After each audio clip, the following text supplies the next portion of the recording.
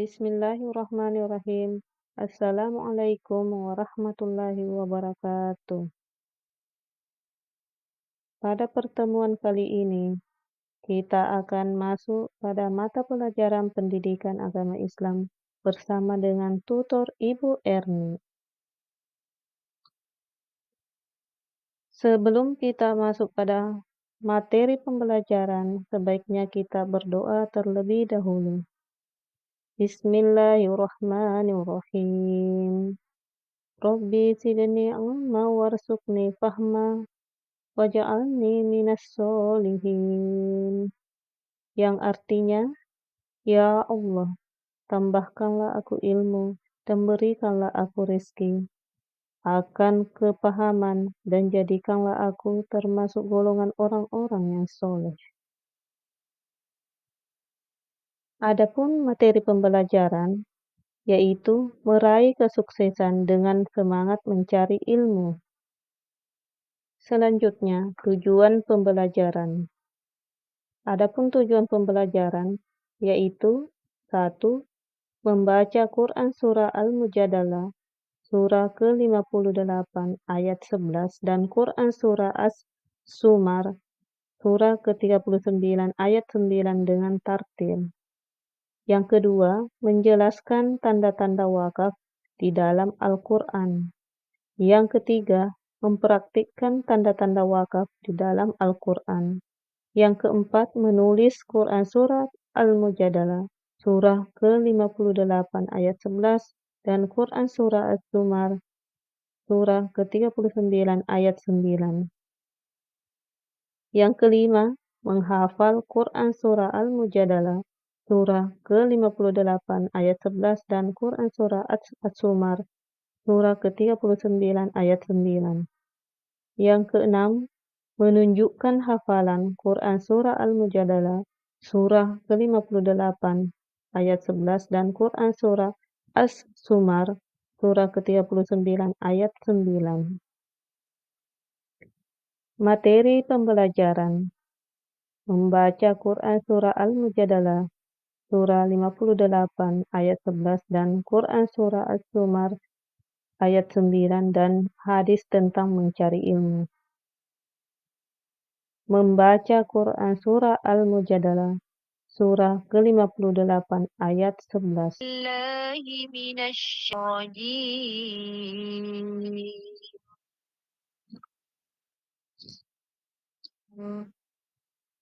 يا أيها الذين آمنوا إذا قيل لكم تفسحوا في المجالس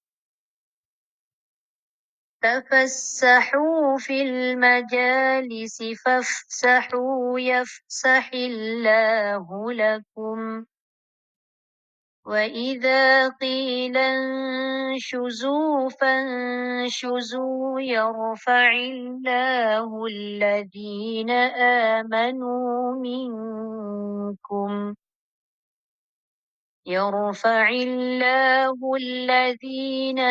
آمنوا منكم والذين أوتوا العلم درجات والله بما تعملون خبير صدق الله العظيم. Artinya, wahai orang-orang yang beriman, apabila dikatakan kepadamu, berilah kelapangan di dalam majelis-majelis, lapangkanlah, niscaya Allah akan memberi kelapangan untukmu. Apabila dikatakan, berdirilah, kamu berdiri. Allah niscaya akan mengangkat orang-orang yang beriman di antaramu dan orang-orang yang diberi ilmu beberapa derajat. Allah Maha Teliti terhadap apa yang kamu kerjakan. أعوذ بالله من الشيطان الرجيم بسم الله الرحمن الرحيم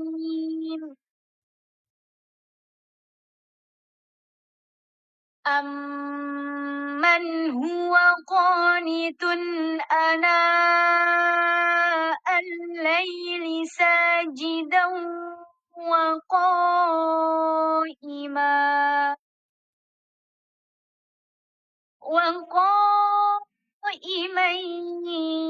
يَحْذَرُ الْآخِرَةَ وَيَرْجُو رَحْمَةَ رَبِّهِ قُلْ هَلْ يَسْتَوِي الَّذِينَ يَعْلَمُونَ وَالَّذِينَ لَا يَعْلَمُونَ إِنَّمَا يَتَذَكَّرُ أُولُو الْأَلْبَابِ. Artinya, apakah orang musyrik yang lebih beruntung ataukah orang-orang yang beribadah pada waktu malam dalam keadaan bersujud, berdiri, takut pada azab akhirat, dan mengharapkan rahmat Tuhannya? Katakanlah Nabi Muhammad, apakah sama orang-orang yang mengetahui hak-hak Allah dengan orang-orang yang tidak mengetahui hak-hak Allah?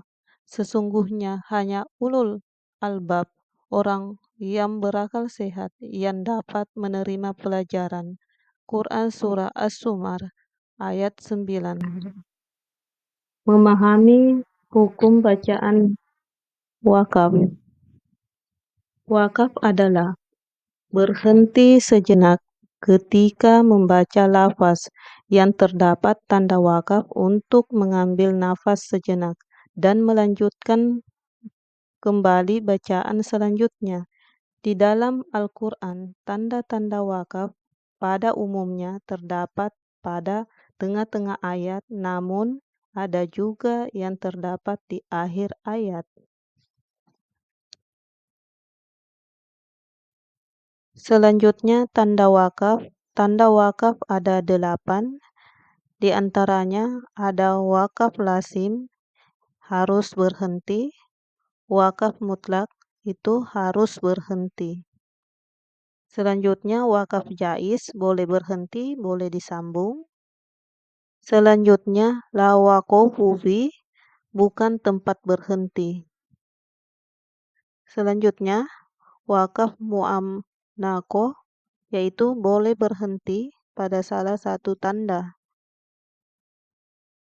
Selanjutnya, saktah, yaitu benda berhenti atau sejenak tanpa mengambil nafas. Selanjutnya, waqafu aula, lebih baik berhenti. Dan yang terakhir, washal aula, lebih baik disambung.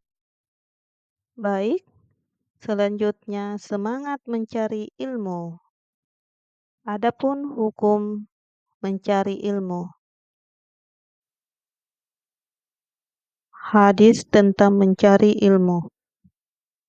Tolabul ilmi faridatun ala kulli muslimin wal muslimat. Artinya, mencari ilmu itu adalah wajib bagi setiap muslim, baik laki-laki maupun muslim perempuan. Ya, selanjutnya ayat Al-Quran tentang keutamaan orang yang berilmu. Allah akan mengangkat derajat orang-orang yang beriman di antaramu dan orang-orang yang berilmu beberapa derajat. Dan Allah Maha teliti apa yang kamu kerjakan. Adapun perilaku orang yang semangat mencari ilmu. Yang pertama, niat yang ikhlas. Yang kedua, bersungguh-sungguh. Yang ketiga, menghormati guru. Yang keempat, menghindari perbuatan dosa. Yang kelima, bersikap rendah hati. Yang keenam, berdoa, memohon ilmu yang bermanfaat.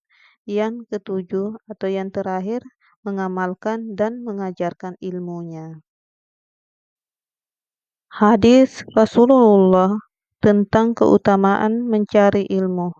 Barang siapa yang menempuh jalan untuk mencari ilmu, maka Allah akan mudahkan baginya jalan menuju surga. Hadis riwayat Muslim. Adapun tugas yaitu peserta didik diharapkan membaca Quran Surah Al-Mujadilah ayat 11 dan Quran Surah As-Zumar ayat 9 dan hadis tentang mencari ilmu dan menulis hadis tentang mencari ilmu. Wassalamualaikum warahmatullahi wabarakatuh. Terima kasih.